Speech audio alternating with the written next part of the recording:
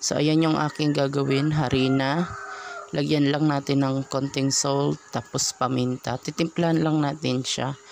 Tapos lagyan natin ng konting baking powder para tumubo. Tapos seasoning mix, magic sarap, food color. Ayan, linagyan ko siya ng food color, orange, pwede rin yellow, depende po sa inyo. Tapos yung yes, yung pinakalas para hindi bababa yung pagtubo niya. Or pag binilog-bilog na natin siya, kinover natin yung egg dyan sa coating na yan. Hindi siya bababa. So ayan, ganyan lang po yung niya, texture niya.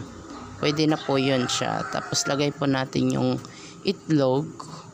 Tapos bibilugin po yan siya natin gamit yung 2 kutsara. So yung paglagay po ng mga ingredient, so tinansya-tansya ko lang po yun siya. Tapos konti lang naman po kasi yung itlog. So konti lang yung ibabalot natin. So i-cover. So konti lang din po yung ginawa ko. So depende lang po yun sa inyo. Pero mas maganda pag mayroon talaga tayong takalan para alam po natin. So ayan na po siya. I-cover nyo lang po yung itlog dyan sa may ginawa po nating pang coating sa kanya.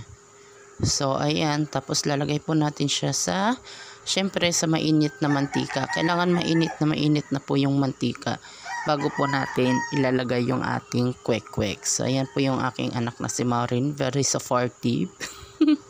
Siya po yung tagalagay nung itlog na pinagulong natin sa harina. So dyan na po kami niya nagluluto-luto dyan sa may pinagtitindahan namin. So harap po kasi siya ng kalsada. Tsaka maganda rin po yung yung ganyan ba, nagluluto-luto ka tapos nakikita nila.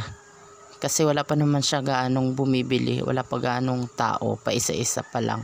Para pag may dumaan, naaamoy nila yung aroma na niluluto mo. Charot. So ayan na po yung ating mga naluto. Yan na yung ating finished product. So yung benta ko po dyan is 15 pesos.